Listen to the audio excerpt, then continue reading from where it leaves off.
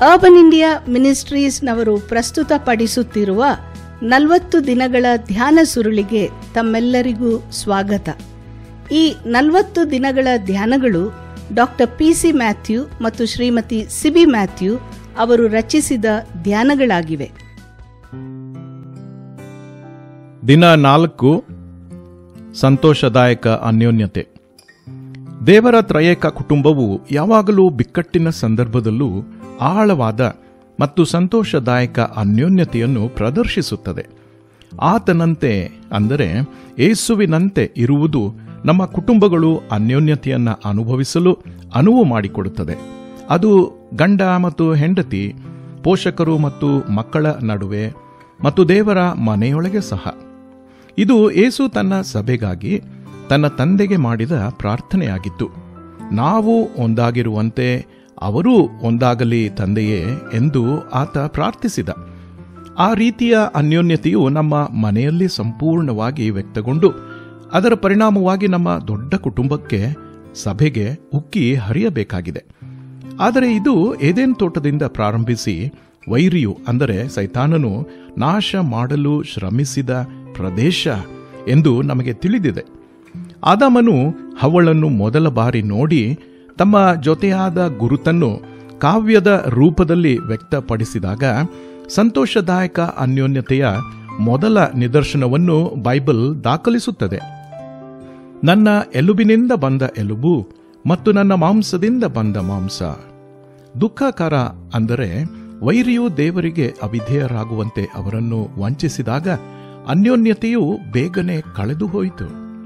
ಅಂತಹ ಅನ್ಯೋನ್ಯತೆಯನ್ನು ಪುನಃ ಸ್ಥಾಪಿಸಲು ಏನು ಬೆಲೆ ಕೊಡಬೇಕಾಯಿತು? ದೇವರು ಮತ್ತು ನಮ್ಮ ನಡುವೆ ಮತ್ತು ಪರಸ್ಪರರ ನಡುವೆ ಪುನಃಸ್ಥಾಪನೆಗಾಗಿ ಶಿಲುಬೆಯ ಮೇಲೆ ಅತಿ ಹೆಚ್ಚಿನ ಬೆಲೆಯನ್ನು ತೆತ್ತಬೇಕಾಯಿತು. ಸಮನ್ವಯವನ್ನು ತರುವ ಶಿಲುಬೆಯ ಆ ಶಕ್ತಿಯನ್ನು ನಾವು ಎಷ್ಟು ಸ್ವಾಧೀನಪಡಿಸಿಕೊಂಡಿದ್ದೇವೆ? ನಮ್ಮ ಪಾಪಗಳಿಗಾಗಿ ನಾವು ಆತನ ಕ್ಷಮೆಯನ್ನು ಕೋರಿದಾಗ ಮತ್ತು ಶಿಲುಬೆಯ ಮೂಲಕ ಲಭ್ಯವಿರುವ ಆತನ ಸಮನ್ವಯದ ಶಕ್ತಿಯನ್ನು ಕೊಟ್ಟು ಮಾಡಬಹುದು. ನಮ್ಮ ಸಂಬಂಧಗಳಲ್ಲಿ ಸಂತೋಷದಾಯಕ ಅನ್ಯೋನ್ಯತೆಯನ್ನು ಪುನಃಸ್ಥಾಪಿಸಲು ದೇವರು ಉತ್ಸುಕನಾಗಿದ್ದಾನೆ. ನಮ್ಮ ಸಂಬಂಧಗಳಲ್ಲಿ ಈ ಸಂತೋಷದಾಯಕ ಅನ್ಯೋನ್ಯತೆಯನ್ನು ನಾವು ಹೇಗೆ ಹೊಂದಿಕೊಳ್ಳಬಹುದು? ನಾವು ಒಂದು ಸಣ್ಣ ಹೆಜ್ಜೆಯೊಂದಿಗೆ ಪ್ರಾರಂಭಿಸಬಹುದು. ಯಾರ ಜೊತೆ ಸಂತೋಷದಾಯಕ ಅನ್ಯೋನ್ಯತೆಯನ್ನು ಕಳೆದುಕೊಂಡಿದ್ದೇವೆಯೋ ಅವರಿಗೋಸ್ಕರ ನಾವು ನಿರ್ದಿಷ್ಟವಾಗಿ ಪ್ರಾರ್ಥಿಸಬೇಕು. ಅದು ನಮ್ಮ ಕುಟುಂಬದೊಳಗೆ ಅಥವಾ ಹೊರಗಿನವರ ಜೊತೆ ಇರಬಹುದು. ಅವನಂತೆ ಆಗುವುದು ನಮ್ಮೊಳಗೆ ಆಮೂಲಾಗ್ರ ಬದಲಾವಣೆಗೆ ಕರೆ ನೀಡುತ್ತದೆ ಮತ್ತು ಆ ಬದಲಾದ ಜೀವನ ದೇವರ ಪ್ರೀತಿಯನ್ನು ಕ್ರಿಯೆಯಲ್ಲಿ ಪ್ರದರ್ಶಿಸಲಿ. ಕೆಲವೊಮ್ಮೆ ನಮ್ಮ ಸ್ವಂತ ಹೆಮ್ಮೆ ಅಥವಾ ನಮಗೆ ಉಂಟಾದ ಹಾನಿ ಇತರರೊಂದಿಗೆ ನಮ್ಮ ಸಂತೋಷದಾಯಕ ಅನ್ಯೋನ್ಯತೆಯ ಮೇಲೆ ಪರಿಣಾಮ ಬೀರುತ್ತದೆ. ಅದನ್ನು ದೇವರು ಗುಣಪಡಿಸಬಹುದು ಮತ್ತು ಪುನಃಸ್ಥಾಪಿಸಬಹುದು. ಪ್ರಾರ್ಥನೆ ಮಾಡೋಣ. ಪ್ರಿಯ ಯೇಸುವೆ, ಸೈತಾನನ ಕಾರ್ಯತಂತ್ರದ ಯೋಜನೆಗಳ ಅರಿವಿಲ್ಲದೆ ನಮ್ಮ ಸಂತೋಷದಾಯಕ ಅನ್ಯೋನ್ಯತೆಯನ್ನು ನಾಶ ಮಾಡಲು ನಾವು ಅನುಮತಿಸಿದ್ದೇವೆ ಎಂದು ನಿನ್ನ ಮುಂದೆ ಒಪ್ಪಿಕೊಳ್ಳುತ್ತೇವೆ. ನಾವು ಸೈತಾನನ ಕುತಂತ್ರಕ್ಕೆ ಮೂರ್ಖತನದಿಂದ ಶರಣಾಗಿದ್ದೇವೆ.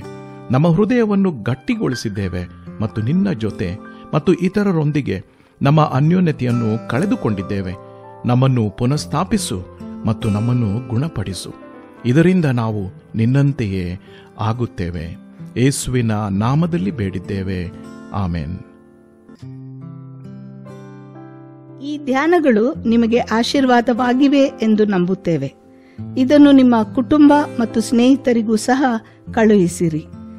ಆತನಂತೆ ಆಗುವುದು, ಆತನ ಜೊತೆ ಇರುವುದು, ಆತನಿಗೋಸ್ಕರ ಇರುವುದು ಎಂಬ ಧ್ಯಾನ ಸುರುಳಿಗಳು ಇಂಗ್ಲಿಷ್ನಲ್ಲಿ ಲಭ್ಯವಿದೆ. ಅದನ್ನು urbanindia.org ಯಲ್ಲಿ ನೀವು ಕೊಳ್ಳಬಹುದು.